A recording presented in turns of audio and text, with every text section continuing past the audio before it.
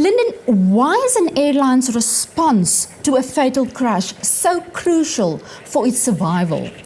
I think it's not just when there's a fatal crash, it's when there is a crisis. And of course, any fatality is a crisis.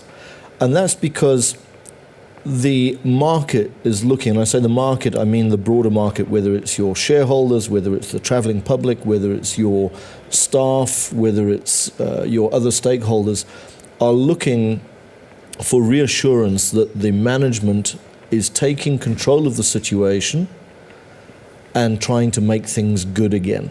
Okay, you obviously can't make people undead, but you can take responsibility for the situation, and that's very different to taking liability or accepting liability. You're taking responsibility. You're acknowledging you've got a problem. It's happened on our watch. We better get a grip on this and make it right.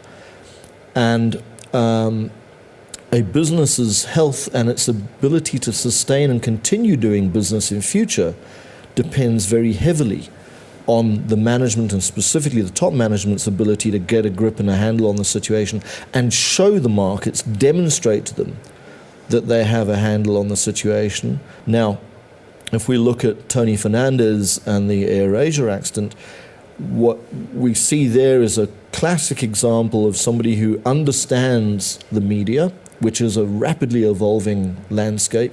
We've got away from a situation where you had primetime news once an evening or twice an evening to where we have 24/7 rolling news channels, plus social media, plus the mainstream daily newspapers, which are doing more analytical, longer stuff. And you've got all these things like Twitter and Facebook, where people are accessing information far more rapidly than they used to. And those are influencing the markets all the time. Now, you do that, you also want to be able to capture something of your corporate culture. And you look at AirAsia, it's a budget airline, it's a very informal type of management. It's very much Tony Fernandes with his sleeves rolled up and his baseball cap on, getting out there, being involved, being a part of the whole game.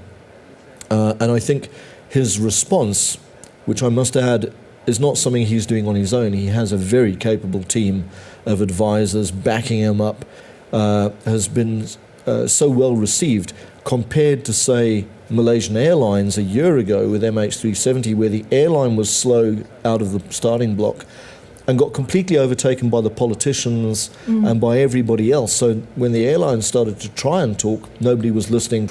Now, Tony Fernandes has especially been praised for, as you say, his compassionate touch. What advice would you have for management, CEOs, who may know that this is not a strength in my personality when they have to deal with a situation like that? If you're the CEO, you want to make sure that you have examined your business, that you've gone and stress tested it, you've identified where you are vulnerable to risk. Okay, if you're an airline, it's pretty clear. You've got assets that are flying around the world all the time. They could be involved in an accident at your home base, or they could be involved in an accident halfway across a desert or across a polar cap somewhere or in the middle of the ocean. You need to know where have you got resources able to respond, and are you trained and are you equipped, and do you have a plan for dealing with a crisis and for dealing with the communications element of it. And I always tell airlines and airports that we work with, don't forget the word crisis has a flip side. It's opportunity. A crisis is an opportunity to lead. It's an opportunity to demonstrate that your leadership skills as a CEO or as a politician, whatever you happen to be.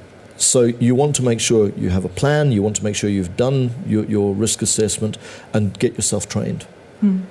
Everybody can learn media skills, and dealing with a crisis is quite different to dealing with a run-of-the-mill normal issue or a bit of promotional activity to plug a new product. It's very different. It's a much higher stress environment. You've got lots of issues to think about in terms of reputation and legal, and often they conflict because a lawyer will tell you, say nothing, do nothing, admit nothing. A crisis communicator will tell you, say as much as you can, as quickly as you can, and as openly and often as you can, because everybody is looking to you for a degree of transparency here.